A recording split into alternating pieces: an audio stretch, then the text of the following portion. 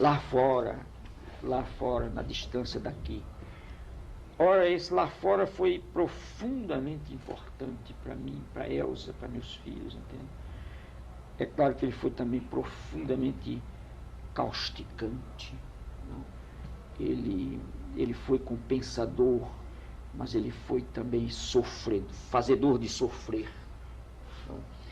E nós tivemos que fazer um aprendizado novo, quer dizer, você não pode deixar o seu país sem data marcada para voltar, e essa é a situação do exilado, não?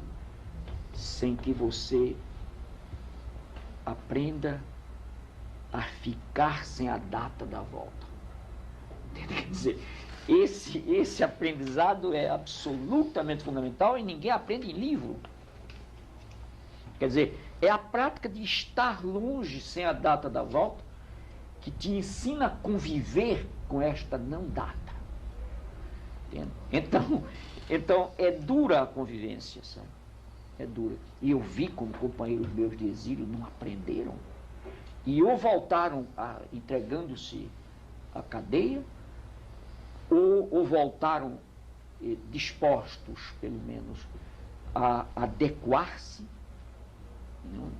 como a necessidade de volta, ou ficaram em desespero no exílio, o que vale dizer, sofrendo profundamente, sentindo-se desenraizados, porque recusaram o mínimo que o exílio te oferece de realidade.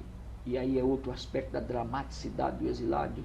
O exilado é que a realidade do exilado é uma realidade de empréstimo. É emprestada. A sociedade que te recebe diz: está aí um pedaço de história, more nele. Um pouco se experimente. Quer dizer, então até o momento, Celso, em que você, praticando a sua ação e a sua reflexão nesse pedaço de história e de espaço que te emprestam, até o momento em que você descobre, por exemplo, que você pode assumir também aquele pedaço, respeitados, porém, os limites que essa assunção tem, que são políticos,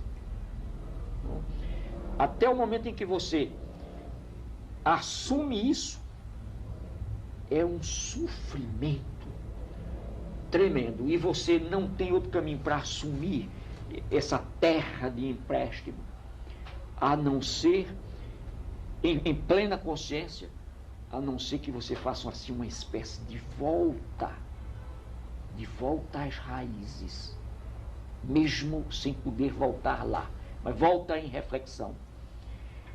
E quanto mais você volta às raízes no tempo seu, e você começa a clarear aquele foco mais mínimo, que é a rua onde você morava, que é a casa onde você nasceu, e você vai alargando e alcança a vizinhança do bairro, e você vai se espraiando e assume a sua cidade.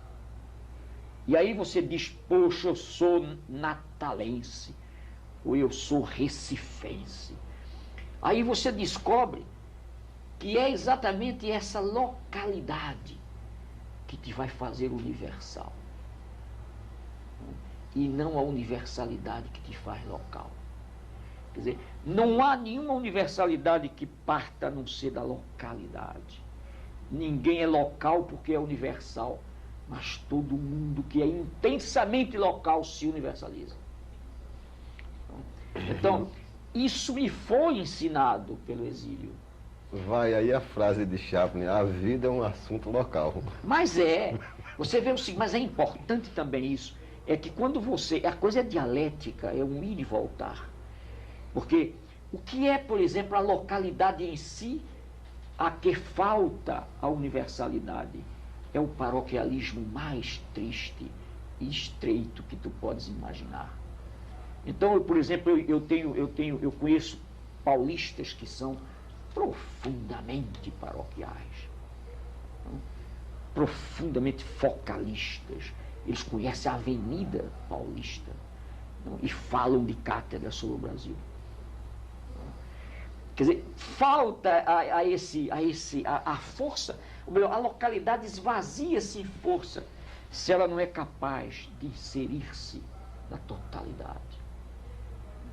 Então, esse é um momento deslumbrante que o exilado, quando experimenta, vive. Aí ele diz, puxa, ele faz as pazes com a cidade, quando ele chegou. Não? Então ele já não... Aí ele entende melhor o que é cultura, o que é história. Aí ele vai descobrir meio que esse negócio todo de carbureto que eu falava hoje não tem sentido. Quer dizer, você não amadurece os fatos na história com química. Entende? Quer dizer, o exílio me ensinou isso. E eu aprendi também muito isso. É fantástico. Um dia eu devo escrever, creio, sobre isso. Puxa, eu estou tão imodesto de dizer que eu devo escrever, mas eu acho que todo mundo que viveu experiências assim deve escrever. Eu ainda não escrevi porque, saindo isso e não saindo da minha prática de escrever, eu tenho medo de pifar. Mas eu me lembro, por exemplo, que foi